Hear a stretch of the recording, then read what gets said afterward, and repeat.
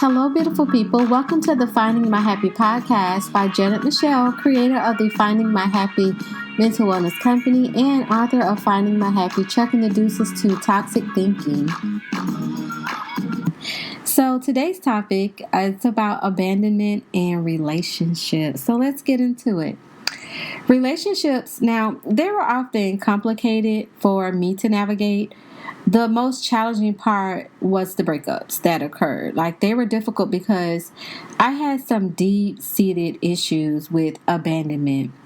And during my early teen years, after doing the work, I realized, kind of got to the root of where it came from.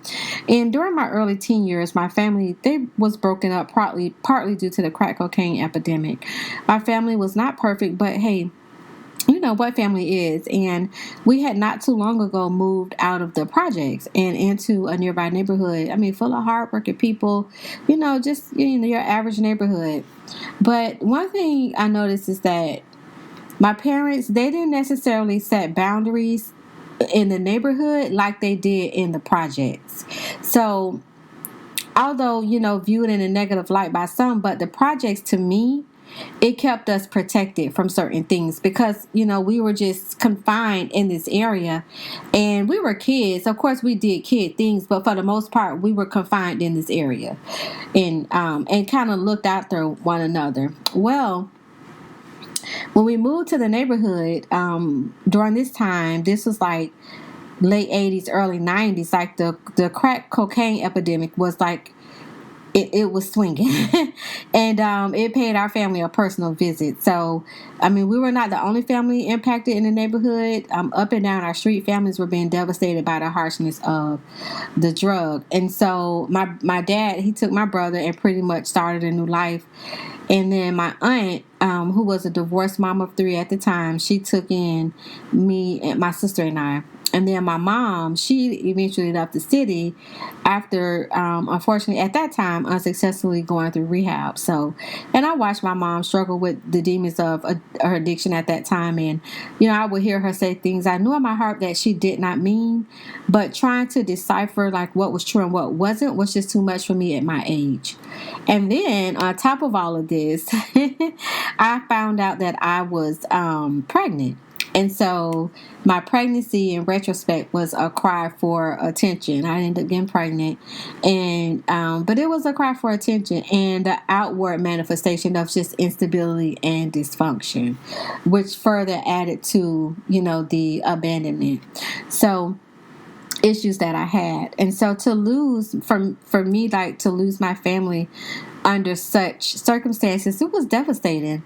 And not talking about my feelings kind of led to me being self-destructive, of course, and then making additional poor decisions. So I would stay in relationships that were extremely violent.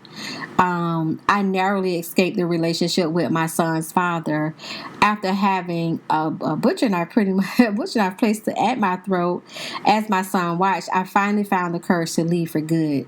I don't know exactly when, but I had become the type of woman that would do whatever it took to make a person stay, because that fear of being abandoned, once again, it drove me, because I'd rather deal with the issues that I was dealing with than face the pain of being abandoned again. And so I stayed.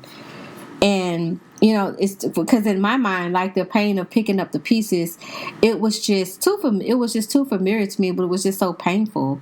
And so of course, in all this dysfunction, my living environment became very unstable, and I had to move with family and friends, and I was angry and I felt unloved, especially during my high school years.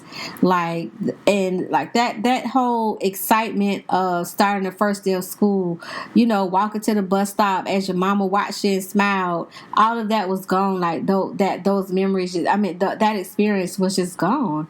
And so, by my 10th grade year, I was so close to dropping out, but I didn't.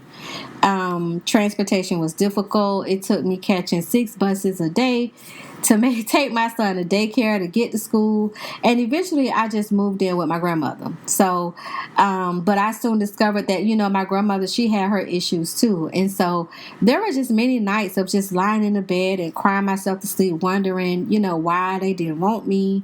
The pressure to not fold and throw in the towel, it was a lot. It was a lot to bear at such a young age. Because again, I got pregnant fairly young. And so just having just trauma, drama, just instability, abandonment, it's like this big old ball, and still trying to somehow in some way hold it together. It was a lot. I can't say that. And so eventually a social worker got involved and tried to encourage me to attend school events and read novels and make new friends.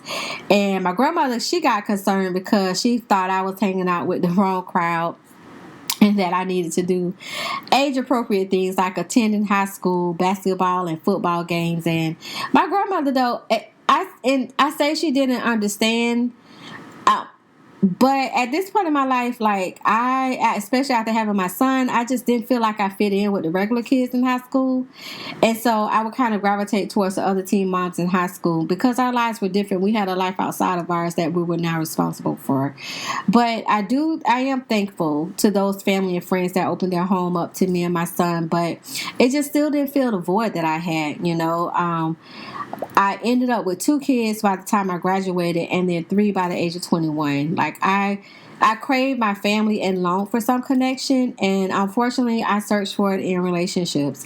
I wasn't addicted to any drugs. There were times, though, when the need for security and the sense of belonging seemed like an addiction, if that makes sense.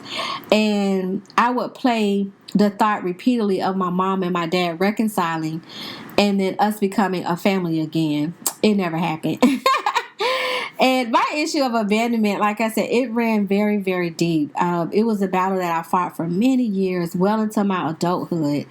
Like I mentioned earlier, relationships, they were the worst because that were the worst. I even cringed at ending them because, again, just did not want to feel that pain. Because it was like when they would end, it was like opening up the wound all over again.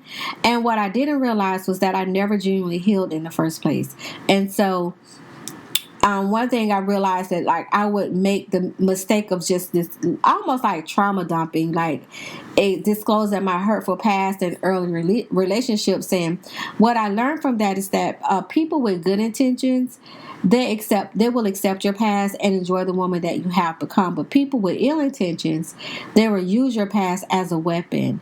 And I believe that some men I dated, they knew that leaving me would tear me apart and that I was so desperate for acceptance. So, of course, I would do anything to make them stay. And like I said, tolerated just many unacceptable things. And so, or I would agree to be friends even when the relationship was over to maintain some type of connection to them. So it was really like torture, wanting the connection and stability of a relationship and friendship, but having to watch them live out what I wanted with them with someone else. As with this series, though, you never know. The funny thing about life is that you never know when your breaking point will arrive or when the event will occur. So that changes your perspective and leads to your healing. So one day, for me, I was sitting in my office and began to cry over another failed relationship. Then it hit me. The family love and inclusion that I longed for, I had. I was too busy looking for protection and security and inclusion in the wrong people. And I failed to acknowledge the things that allowed me to let the lie of abandonment linger. So to sever the ties of abandonment in my life, in my journey, what worked for me was that I first had to acknowledge that I was loved, that I was accepted, and that I was wanted by God. I also chose to forgive my parents that abandoned me. Secondly, I admitted that I had 3 beautiful children who loved me unconditionally. I acknowledged that, and who had always been by my side. And then lastly, I smiled at the fact that both my parents and our relationship had been restored. And so the more I began to focus on what I had, the better I began to feel. And so I noticed what began to happen was that I became less inclined to tolerate certain situations, and the mountain of abandonment was one that I no longer needed to climb. I stopped accepting toxic relationships since the need for them had ended. And I also took value in myself, and I loved the ones that surrounded me. And I embraced the love that surrounded me. And by continuing to look forward, I left my pain and left my pain and the stain of abandonment in the past. And that is something that I still practice right now today. I remember the love that surrounds me, and I'm grateful for it. And it does wonders to help. But getting over that mountain, that fear of abandonment, that was so big. But I'm happy that I took that journey. And it's a part of my healing journey that I'm really eternally grateful for. So I just want to say, if you're struggling with abandonment issues, that I want to encourage you to do a few things. One, commit to addressing your abandonment issues. Commit to addressing them, because when we have abandonment issues, we kind of you can allow other things in that only adds to our trauma or our poor experiences in life. They can hinder us. So I would encourage you to commit to addressing your abandonment issues, and then seek professional help for assistance with navigating on your healing journey, especially if you begin to feel overwhelmed, because it's so easy to be dealing with so many things, and then you have these issues of abandonment on top of it. You can begin to feel overwhelmed. So I do want to strongly encourage you to seek professional help to help you unpack that trauma, get to the root of the abandonment. Like, what is it really? Like, where did it originate, and why? And help you understand, like, why are you still carrying it, and then also give you the tools to not only unpack it, but to heal and to be able to navigate the world forward. So again, I strongly encourage you. And then the third is just to understand and that you are loved, you are needed, and that you are wanted. Okay. You are loved, you are needed, and you are wanted. So all right, that's it for this episode. Thanks for joining me. Don't forget, you can purchase the book Finding My Happy, Chucking the Deuces to Toxic Thinking on Amazon.com, and then you can join the Finding My Happy Village at findingmyhappy.net. You can shop at payhip.com / Janet Michelle. You can get some goodies in the store, and then you can follow Finding My Happy on all socials at Finding My Happy _JM or either .jm on social media. So we're on TikTok. I'm on TikTok, Facebook, Instagram, Fanbase, Spoutable, Spill, and I think I got them all. Anywho, y'all take care out there. Okay, until next time. Bye.